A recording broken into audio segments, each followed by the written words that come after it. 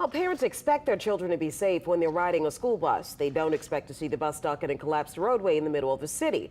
But that's what happened today when the road gave way. This picture only tells part of the story. Alyssa Curtis is live for us at the scene on Peach Street in General Ogden to tell us the rest. And Alyssa, it really sounds like people have been saying that this spot is a problem for a while now.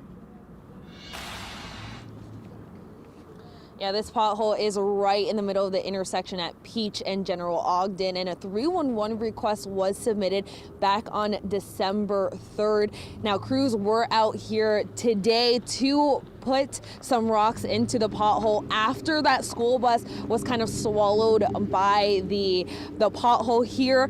And Sewage and Water Board says they're working to cut down on the backlog and trying to fix these issues quicker. The wheels on the bus did not go round and round Tuesday morning. Instead, they went into a pothole.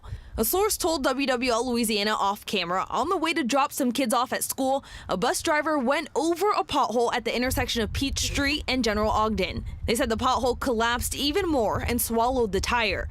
Thankfully, no one was injured, but a tow truck had to pull the bus out. Once it was pulled out, the depth of the hole was visible.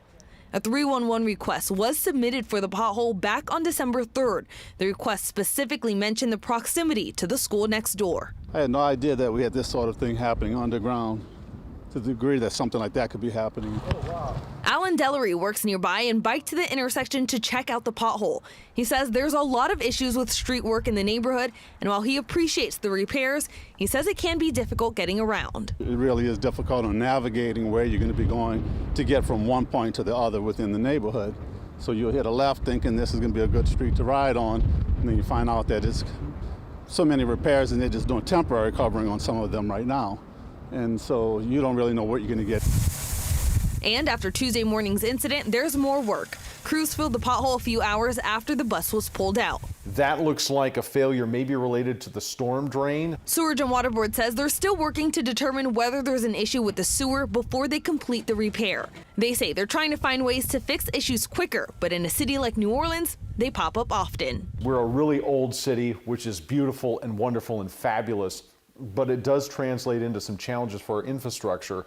Our water mains, for instance, fail at a rate between 4.5 and 5 times the national average, based on a study that Utah State did.